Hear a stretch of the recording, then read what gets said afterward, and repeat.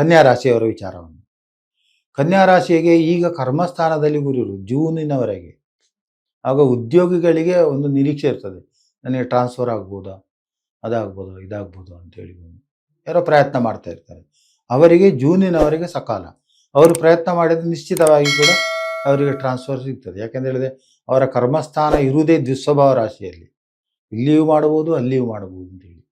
ಹಾಗೆ ಅಂಥದ್ದೆಲ್ಲ ಯೋಗ ಭಾಗ್ಯಗಳುಂಟು. ಇನ್ನು ಕನ್ಯಾ ರಾಶಿಯವರಿಗೆ ಜೂನಿನವರೆಗೆ ವೀಕ್ಷಣೆಯಲ್ಲಿ ಮಾಡ್ತಾನೆ ಅಂತೇಳಿ ಚತುರ್ಥವನ್ನು ವೀಕ್ಷಣೆ ಮಾಡ್ತಾನೆ ಗುರು.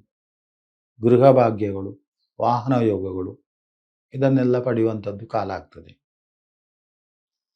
ಜೂನಿನ ನಂತರ ಕರ್ಕಾಟಕ ರಾಶಿಗೆ ಬಂದಾಗ ಅವನು ಕನ್ಯಾ ರಾಶಿಯ ಸಪ್ತಮ ಸ್ಥಾನವನ್ನು ವೀಕ್ಷಣೆ ಮಾಡ್ತಾನೆ.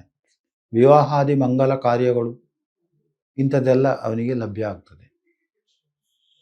ಯಾವಾಗ ಅವನು ಕರ್ಕಾಟಕ ರಾಶಿಯಿಂದ ಸಿಂಹರಾಶಿಗೆ ಬರ್ತಾನೋ ಅಲ್ಲಿ ಫಲಗಳು ಮತ್ತೆ ವ್ಯತ್ಯಾಸ ಆಗ್ಲಿಕ್ಕುಂಟು. ಈ ಕರ್ಕಾಟಕ ರಾಶಿಯಲ್ಲಿ ಇರುವಾಗ ಅವನು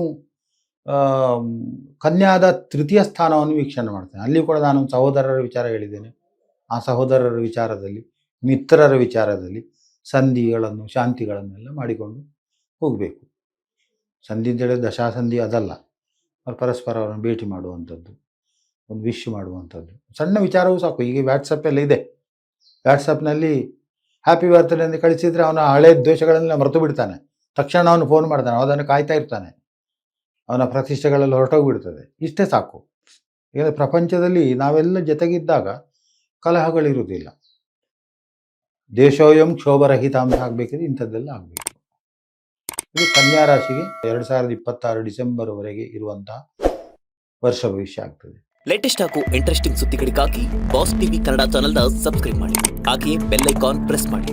ಇದರ ಜೊತೆಗೆ ಫೇಸ್ಬುಕ್, ಇನ್ಸ್ಟಾಗ್ರಾಮ್, ಎಕ್ಸ್ ನಲ್ಲೂ ಮಿಸ್ ಮಾಡದೆ ಫಾಲೋ ಮಾಡಿ.